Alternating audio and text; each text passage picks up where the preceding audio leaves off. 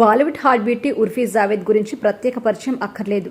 Big boss ద్వారా hot బ్యూటీగా పేరు తెచ్చుకున్న ఈమె విచిత్ర వేషధారణతో రోజుకు వింత అవతారం ఎత్తుతూ జనాలకి చిరాకు తెప్పిస్తూ ఉంటుంది.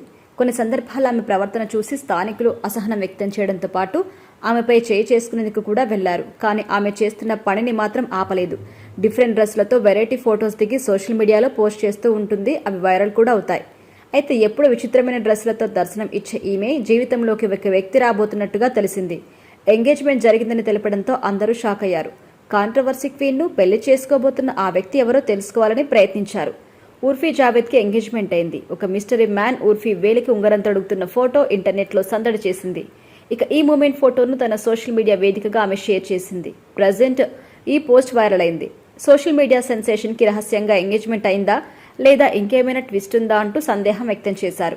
ఆ ఫ్యాన్స్కి ఇది మింగుడు పడ్డం లేదు. ఫ్యాన్స్ ఈ ఫోటోగ్రాఫ్పై ఉత్సాహంగా కామెంట్లు చేశారు.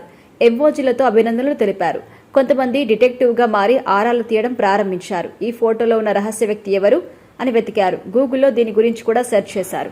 అయితే నిజానికి ఇదొక పబ్లిసిటీ స్టంట్ అని తేలింది.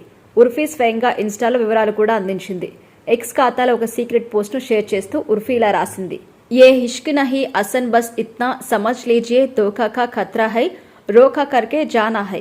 ఫిబ్రవరి 14 నుండి డిస్నీ ప్లస్ హాట్స్టార్లో ఈ షో స్ట్రీమింగ్ కాబోతుందని తెలిపింది. అంటే మొత్తానికి ఈ ఎంగేజ్మెంట్ ఉత్తుతిది అని తేలింది. ఉర్ఫీ తన కెరియర్ను టెలివిజన్లో ప్రారంభించింది.